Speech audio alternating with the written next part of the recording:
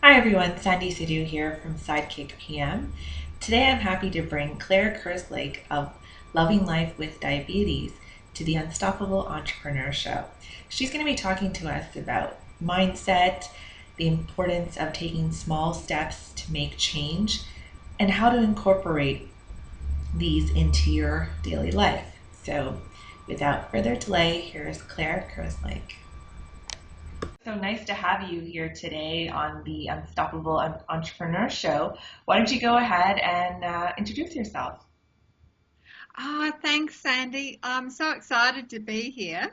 So, I'm Claire Kerslake, and I'm the founder of Loving Life with Diabetes. I'm a credentialed diabetes educator and health coach, and I'm from New South Wales, Australia, which you can probably tell from the Aussie accent. And I started Loving Life with Diabetes because I've got a real passion to help people make those healthy changes in their lives that are just so hard for us to make, really. So the website's all about, I guess, motivation, inspiration, and support for people at risk of diabetes or with type 2 diabetes. But really, I think it offers something for everyone. So, yes. That's great. So, as someone with a background in health, I'm sure you come across a lot of different types of people, or people who are kind of need that push to make that change. What are some of the common struggles you see with people who are about to start something new, or they come to you and they're like, Claire, I need help. What stops them from moving forward? I think often, Sandy, life is so busy. Like we're all busy, and often we know we should make some changes, and we just think, I'll do that one day. And I do see a lot of clients who have developed a chronic disease like diabetes, and then that's the motivation for them to change. But I think for anyone who's thinking about making some changes in their health, it's to look at their motivation for a start and just see what that's coming from, because I think you need to be motivated yourself, not to make changes because someone else would like you to make them. And I think coming from a health background, often health professionals will say you need to do this and you need to do that, and it just doesn't work. So you need to get that motivation and start putting a plan into action. Now, how about, actually integrating those new habits? Because, like you mentioned, it can be overwhelming. As entrepreneurs, we have so many things on our plates. And yes, health is important and it's one of those things. But I'm sure the lessons that you give to someone who's embarking on a new health plan can equally be applied to somebody who's starting a new project, let's say. What are some of the key things you would say are important to start integrating a new habit? Well, often the first thing that we do that's perhaps wrong, and I know I used to do this all the time, is we think I need to do this, this, and this, and we go hell for leather, and then it's just exhausting. You think, oh, I don't think I want to do this anymore. So I think the first thing is to start small. Pick one thing, and and I've talked about it on the blog too. Start just with 5 minutes. So come up with a bit of a plan and start much smaller than you would think that you're capable of. And one thing I think I've gone wrong in the past, I've said to people, for instance, around exercise, I've said, look, start small, say 20 minutes 3 times a week, something that you think you can manage, where in fact, really, the key is to go much smaller than that and looking at, say, 5 minutes every day. And it's that daily practice that actually cements those habits in. So whether it's something like clearing up your clutter or clearing up your inbox or yoga or meditation, start out with that 5 minutes and start cementing that habit in. Mhm. So yeah, that's probably one of the keys, I think. I think that's actually a really insightful point, because you read about it in articles all the time. It's like, oh, just exercise 20 minutes a day, 3 times a week. But if you're going from like 0 to 20, it's like, how do you make those small steps? And I like that idea of 5 minutes because I see it the same way as someone who's starting out on social media. It's overwhelming. There's Twitter, there's Facebook, there's LinkedIn. It's like, where do you start? But if you take that one thing, let's say, I want to master Twitter, let me learn the ropes, let me spend 5 minutes a day just figuring it out. And 5 minutes may not sound like a lot, but if you're not doing it at all, 5 minutes is that much closer, or it's that much further away from not doing it. That's Abs- Absolutely. No, that's so true. And over a week, that all adds up. And when we make some changes, whether it's to do with our business or our health, we're actually changing our brain. So we're laying out new pathways in our brain. That takes time. And if we can do that repetitively,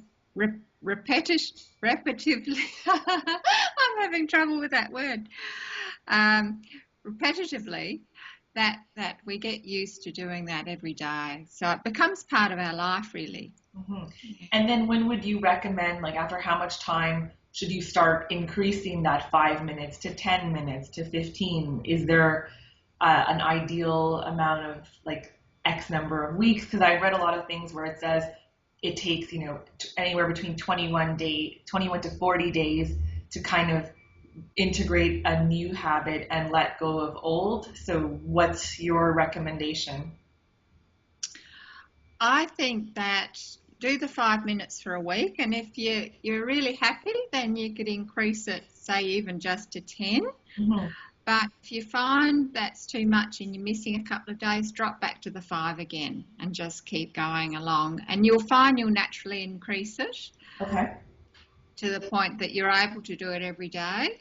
And then what happens, Sandy, is we automatically start thinking, oh, I need to do my meditation, or it might be your Facebook or Twitter. How can I do that? Tomorrow's a really busy day. How can I fit that in? So it's quite different to the mindset of before you started, oh God, it's all too busy. I've got no time for that. So we automatically start to think differently and start to work our way around obstacles as well. Instead of saying, oh, look, it's all too hard, you think, okay, this has come up. What can I do instead? How can I get around that? So it's a whole different way of looking at things. And you mentioned something earlier about, finding motivation. Now, how do you go about doing that? If you're someone who's always kind of approaching things with that, oh, I don't have enough time, or I don't know where to start, what source do you tap into, get that motivation to even start, to even take that 5 minute leap? What would you suggest? I think that's going to be different for everyone, Sandy. Like everyone's motivation is going to be different. One of the things I use with my clients is to say about a change, how important is this change? Is it not important at all? In fact, you'd give it a 0 on a scale of 0 to 10, or is it absolutely vitally important, in which case you'd give it a 10? And they might give me a figure, let's say a 5. And then I'll say, well, why are you a 5 and not a 1? And then they'll give me an answer. For instance, it might be that, so I'm fit enough to play with my kids so that I can go up the stairs without being breathless. And that's once again giving a health analogy, but it can be applicable to anything. Mm-hmm. And that will tease out your motivation. Yeah, that's probably, it might well be that you find, well, look, I'm not motivated to make this change at the moment. Perhaps I need to work on something else that I'm perhaps more motivated. But it will be different for everyone. The other thing is to keep that motivation out in front of you. So whether you put a photo on the fridge, or whether it might be a song, or whether it might be a picture of yourself, or whatever, just keep that motivation around. You might look at it every day, for instance. Mm-hmm. That's important as well. And would you liken that to being goals as well? When you identify, for example, in your business, we talk about identifying, your SMART goals, or your big, hairy, audacious goals. So would that be your motivation as well? Would that be something that I have to have in front of me and say, you know what, my goal for the end of the year is to have 500 newsletter subscribers. I need to take 5 minutes every single day to start interacting and engaging with people, or 5 minutes a day to find people who I can offer a guest post to. So I guess that could be the parallel. Would that be similar? Oh, very much so, Sandy. And breaking that goal down, making it a SMART goal, like you say, and then breaking that down to strategies so that and making them quite, drill right down to them. The other thing is if you find you're going off track, instead of blaming yourself, we often tend to blame ourselves. We think, oh, well, this is no good. Just to alter that mindset a little bit and say, okay, what's happened here? So quite non-judgmentally, and you might think, oh, well, this has happened or that's happened. And then once again, how can I get around that obstacle? So it's quite a different way of looking at change, if you like. It's a little bit like, I've heard it described as a little bit like a scientist. You look, okay, what's happened here? How can we fix it? And then go back, and that becomes more strategies for yourself, because it's likely that the first thing you try is not going to work. So, have another go. And how big of a part does mindset and mantras play in your work and your daily life, and as well as your recommendations to clients?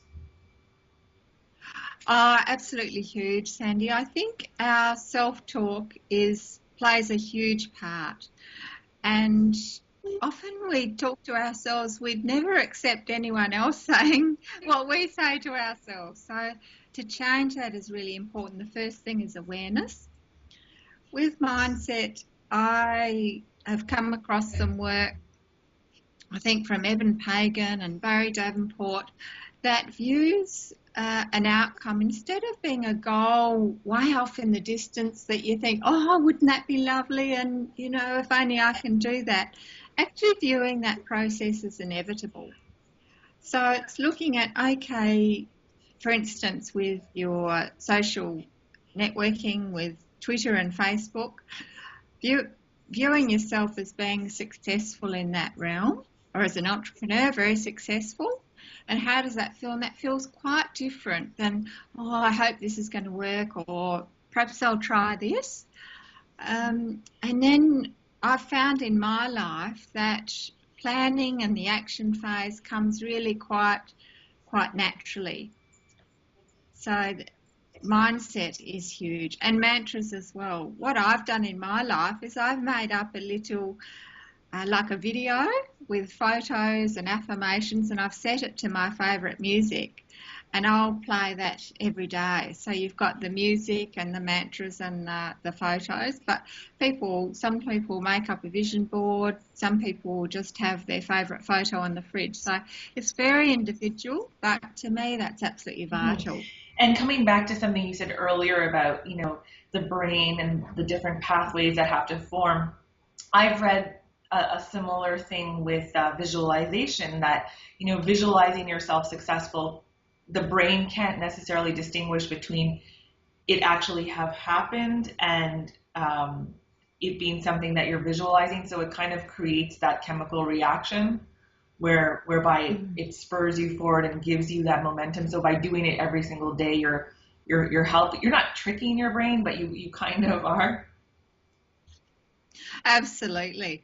I can remember, Sandy, a while ago, I was never an exercise. I always struggled a bit with exercise.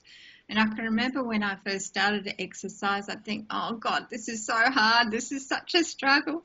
And then one day it just hit me, why don't I think of it that I love to exercise?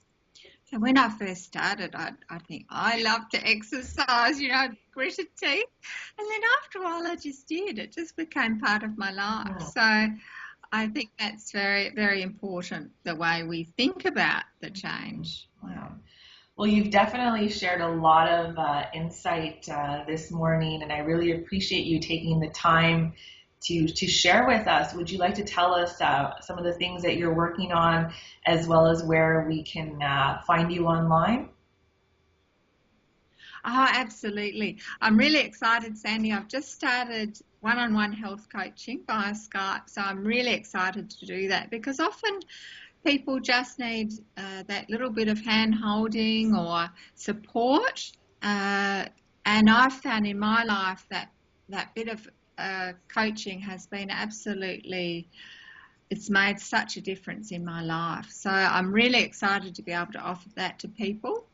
And in the future, I hope to come out with some programs and products to help support people as well. So I can be found online at lovinglifewithdiabetes.com. So do hop along and have a bit of a look. And on Twitter, my handle is at Claire Kerslake. And on Facebook, Loving Life with Great. I'll be Diabetes. sure to link those in the show summary.